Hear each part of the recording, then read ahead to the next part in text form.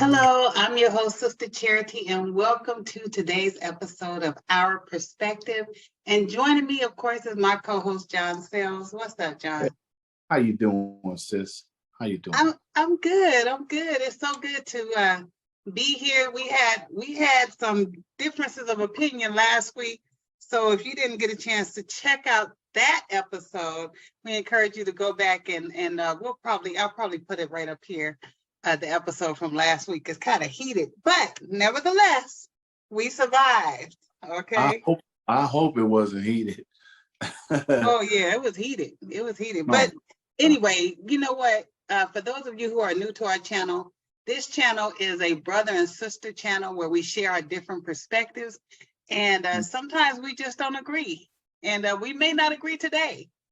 But most importantly, we encourage you to hit the like button and also share your comments, because I would love to hear your perspective on today's topic. Excuse me. So today we're going to be talking about something that's very passionate. It's a faux pas, it's something that you don't do often because people tend to get in their feelings. Okay. So today we're talking about some people are raising their children, a little bit different from the way you and I were raised. And so I'm going to turn it over to you because I know this is something that you really are passionate about. And so go for it. Go for it. I wouldn't say I'm passionate about it. It's just I'm coming from a hurt place. As we learn how to grow and get older, instead of just getting mad, I'll just come straight out and say, my feelings are hurt. Okay. And that'll help the situation a little bit better, because rather than me saying, oh, this person out of line, they're not raising their kids right, this, that, and the other, and judging them. Okay. I don't want to judge anybody, but this is the story. I'm putting my business in the street. But my grandson, who I love very dearly, like, I had him when he was a baby. I used to carry him around when people thought he was mine. Okay. I got him a phone on his 8th birthday. Paid, it was never without service, rain, shine, and up till I want to say almost 6 months ago, I decided to turn it off. The contract was up, phone was paid, that's a good birthday gift. It lasted 3 years. You know what I'm saying? And my situation changed. So, I had to do what I had to do. But with an iPhone, he was still able, from his laptop, to put things on there using my Apple account. My wife pays the bill, so she's just paying the bills faithfully. We believe in everything's on the up and up. And then all of a sudden, we're not using the charge card and it's steady getting hit. After a while, you're going to try to figure that out. So we figured it out, and his idea is all over it, like for Disney Plus and all different kinds of whatever they had, he was buying. And for this month alone, he hit it for 76. Now, he's 11 years old. I don't begrudge him to think that he could get away with some stuff like that, because I went in my mama purse before, but I learned not to go in there. I don't go in nobody's purse no more. But we're not in those days. My thing is, his mother said that she didn't want to get in the middle of it because he said he didn't do it. But I sent her paperwork with his ID on it, fingerprints all on it. Just today, you can find out who's doing what. And she's a female, so I already know he did it. So I'm hurt by that whole thing, because I tried to do something good and it backfired on me and my wife. So yeah, what's your perspective on that? Well, I have a couple of questions before I give you my perspective. The first question I have is, did you talk to him about it? Did you talk to him, not the mom, you? No. I don't think I was equipped to talk at that point. I guess at some point I will talk to him, but I want to make sure that I come from a place of, like I just said, hurt, instead of, after all I did, just get the barking out stuff. I wanted to be right when I talk to him because I want to make sure that there's no misunderstanding. I don't begrudge you anything. If you would have called and asked me, maybe I would have tried to see what I could do. But if it's something I can't do, I can't do it. And you have to learn how to accept no as an answer. I want to be able to talk like that. At the time, I wouldn't have been able to talk like that. It would have been all street vernacular and it would just been ugly. So no. I got you. And then my next question is, did you make changes so that this doesn't happen again? Is fat meat greasy? Yeah, we all over it. You know what I'm saying? Won't do it hard no more. Trust and believe me. Okay.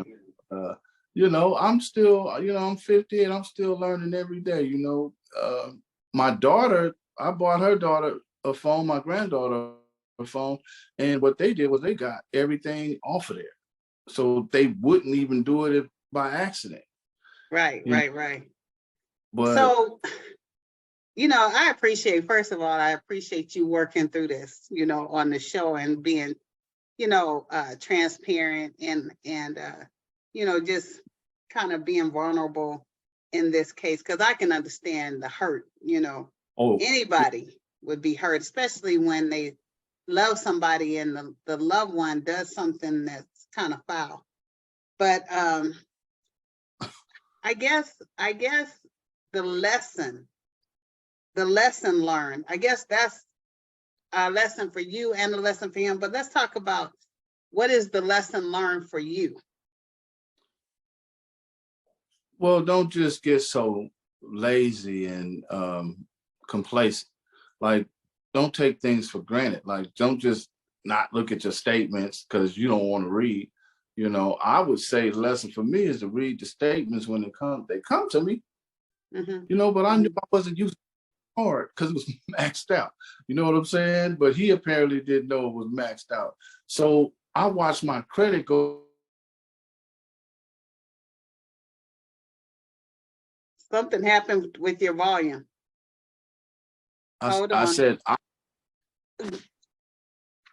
am I too loud? No, something happened with your volume. It went out. So you said he maxed out your card, and then what did you say after that? Card was maxed out. That's how I knew. That's how I found out, because usually it's not maxed out. Usually it's doing real good. Card out, and usually if I do something like that, I hand it over to the controller so she can hold on to it until I get it right again. And it just kept getting hit, but wasn't nothing being used from it. It's hooked up to the Apple for 3 phones. So, we knew we wasn't getting Disney Plus. I already got HBO, and I kept seeing HBO bills coming in. I'm like, wait, I'm paying for it 2 times? It's paying on my regular. I just found out. Right. You could find out something. And then when I bring it to, well, I didn't bring it to nobody because I wouldn't have been talking right. But I told my daughter, and my daughter, she can't hold water. So she told, I told her exactly what, and I gave her the text messages with the sheet, with the, ID code and everything. But, for me, I just want to know what everybody else thinks when you have grandchildren. And I know back in the day, grandmothers and grandpas practically helped raise me and you know what I'm saying? But we didn't steal from them per se. You know what I mean? It'd be a quota. It'd be enough to get a honey bun or something. You know what I'm saying? Nothing. I'm telling you, $76 back then you could have got real hurt. If you took that out of that household, you could have got really hurt. Well, let me just say this, because you asked for my perspective. First and foremost, it don't matter how much. You know what I'm saying? If it was $1, it really don't matter how much. The problem is most of these young people, our grandchildren or whatever, they feel entitled. And that's an issue because they don't understand. And And we have to take, look, I have an 8-month-old. So my grandchildren are not only, my grandchild is 8 months and one is on the way. So I'm not really speaking from my perspective in terms of having grandchildren, but I'm speaking in terms of what I've seen with other grandparents and how they don't realize that they may be setting their grandchildren up for failure.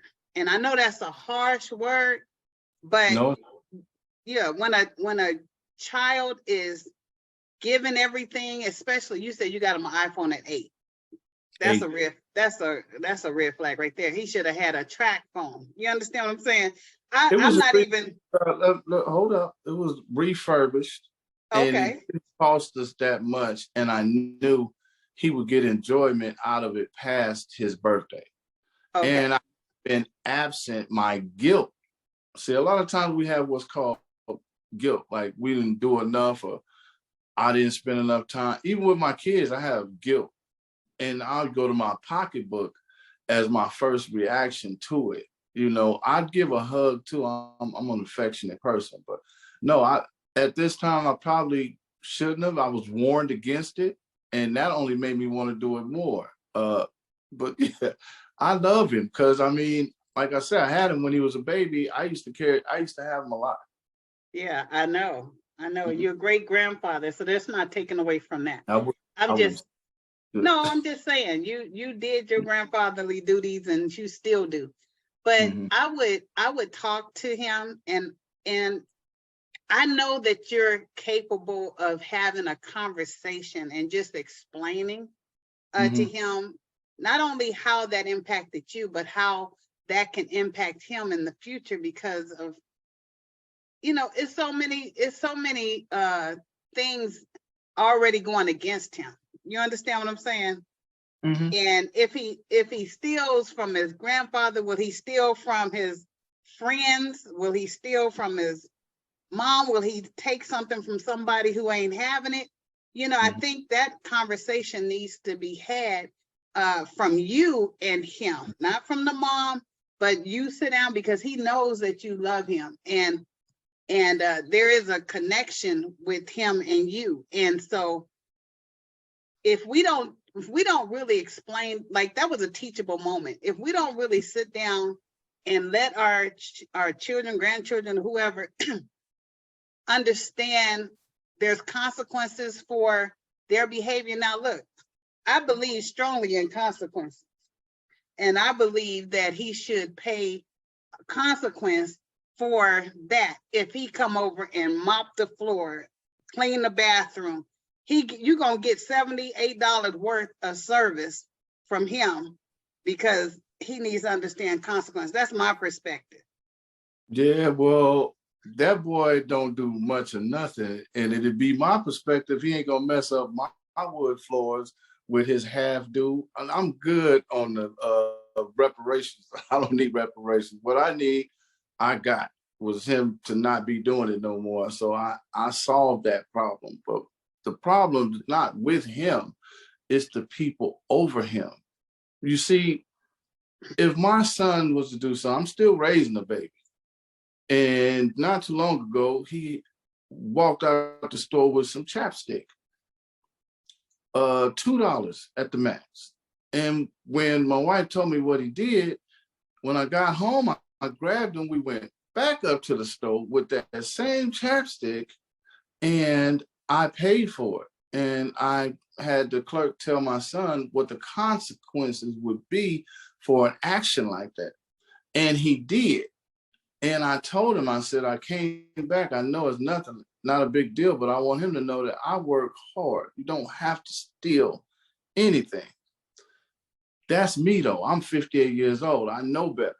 But we're talking about some teenage parents who refuse to grow up and take responsibility. His mother said, don't put me in the middle of it. He said he didn't do it. This is what she told my daughter. you know.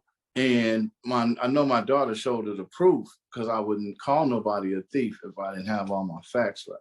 So if you lie, you cheat. If you cheat, you steal, and if you steal, you'll kill. I have talked to my grandson. I held nothing back with him. He's been talked to before, but when it's not reinforced by the other parents, then where everything you saying is like that old fool.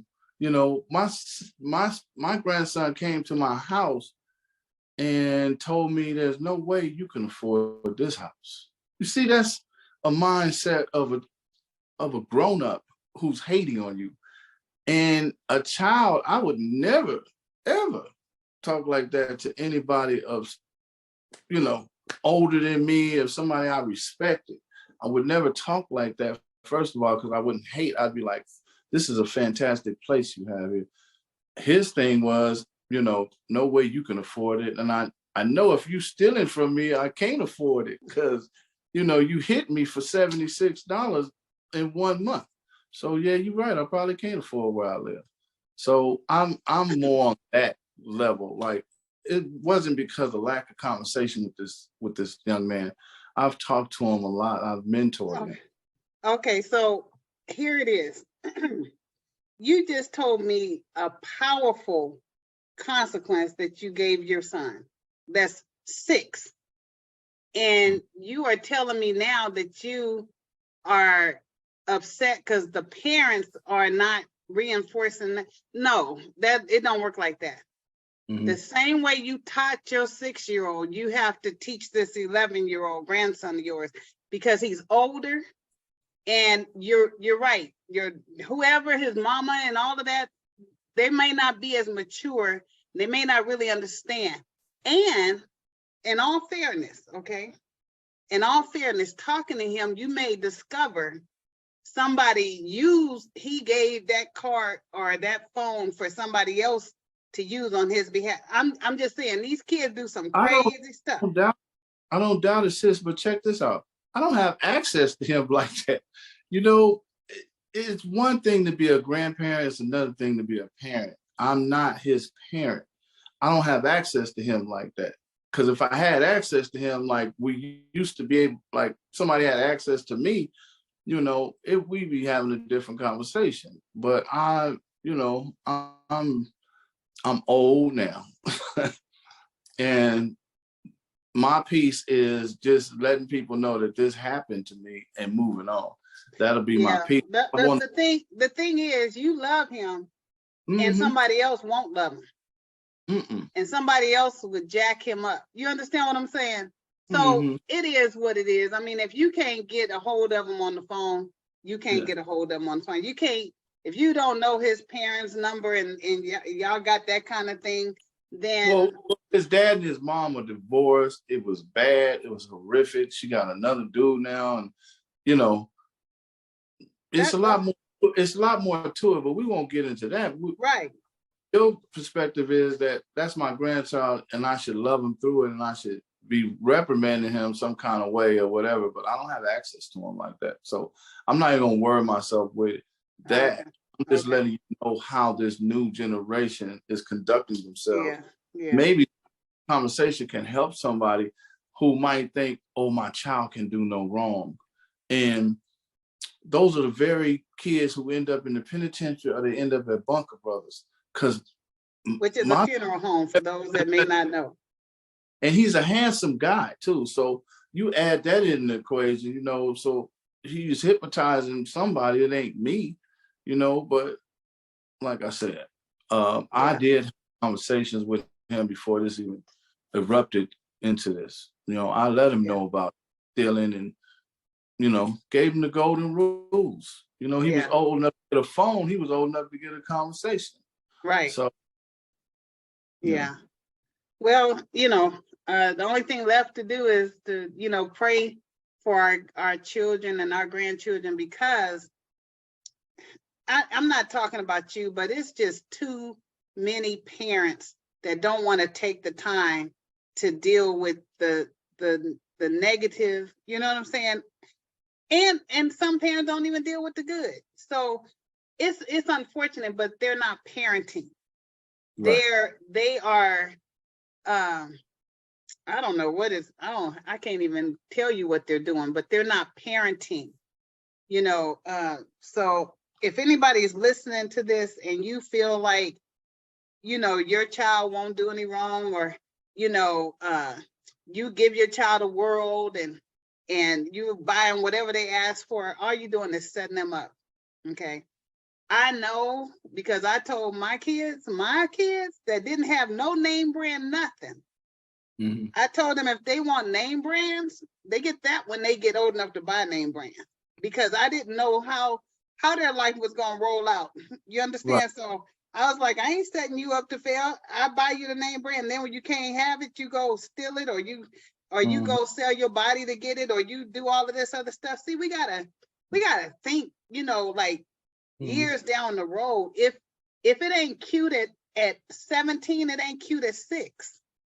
You know, Right. but anyway, you know, some of us think that, don't get me wrong, there's some funny stuff that our kids do. You know, mine was a comedian, you know, my youngest, but she knew, look, when I said, look, ain't, stop, time out, she knew to stop and time out, you know, and eventually she just stopped doing the little comedy sketches, you know, that she thought was funny and on people. You understand what I'm saying? But for the most part, the kids say what they want, how they want. I think it was inappropriate for him, as you stated, to tell you you can't afford something. How they, you know, that's just all bad. But he's got a brother who did something worse than that. I mean, I'm on the phone with his dad, and we just made up, like, I'm sorry, oh, no big deal. We're on the phone, he's in the car, and the boys can hear us talking.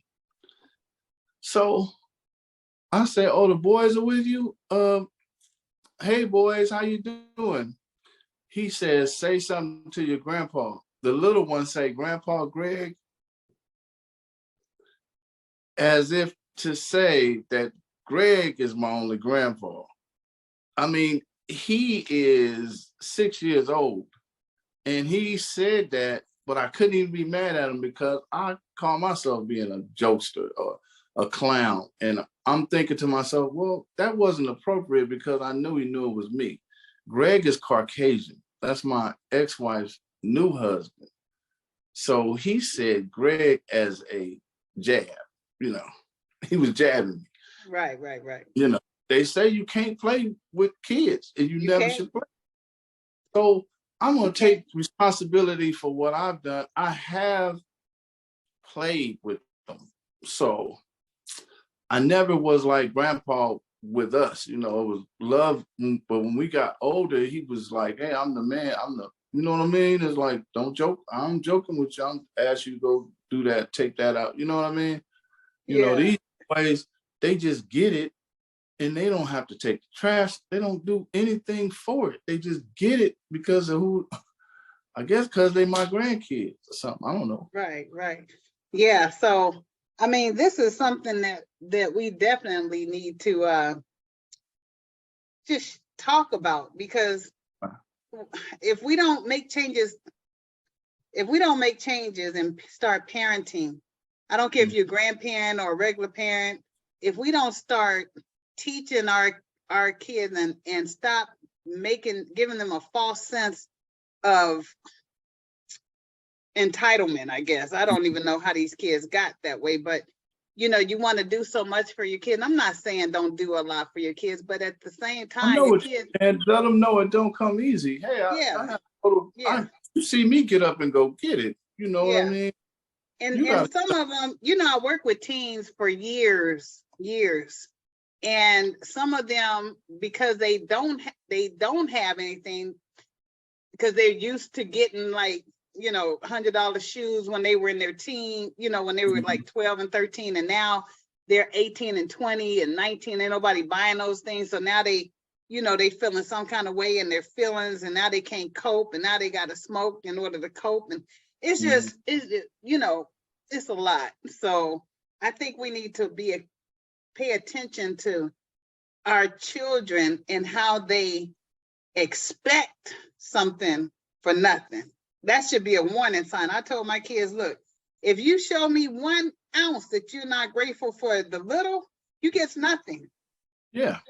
You know, remember when the iPods came out, the iPod. With the music. Yeah, with the music. Music. So Yeah. I thought the MP3 player was the iPod. So my kids was like, dang, we ain't never got nothing like that all our friends get and stuff. You know, they had generic tennis shoes, they had whatever, you know, from Pay for Less or whatever. Yeah. And so they said we didn't get an iPod when we asked for an iPod for Christmas. Uh-huh. I said, yes, y'all did. They were like, no, we didn't. I was like, y'all gonna tell me y'all didn't get that music thing to play the music that y'all like on? And they was like, yeah. Mom, that was not an iPod. That was an MP3 player. I said, but didn't it do the same thing? They was like, not really, but you know, at the end of the day, you can get whatever you want when you get a job and you start, you know, bringing in the money. But I know one thing, my kids are older. None of them buy themselves name brands. They don't? No, they don't. My middle one got so much money because she's so frugal. I know. and my oldest name brand cars. You got name brand cars. Oh, I know. She got, well, she got those, but you know, that's her business. She said if it don't make money, it don't make sense. So yeah, she got some high-end cars that she used for her business, but that's a business thing. She making money from that. Right. And that's a key. We waste too much money as a community. We buy everything. Everything we buy, and then people treat us bad and we still buy it. We don't even say, well, I buy that, then we'll still buy it. Right. We got to look a certain way. We got a reputation. You know what I mean? I don't know, but I think like this. Everything's full circle. What goes around comes around. So I should be pretty good for the thievery idea when I was younger. I should be straight. You know what I mean? Because I didn't do it that long and that tough. Like, yeah. Nobody stood up in a room and said, Mark, you say you didn't do it, and I don't want to get in that. You know what I mean? No, you got a whooping just in case. Yeah, just in case. Just in case you did it.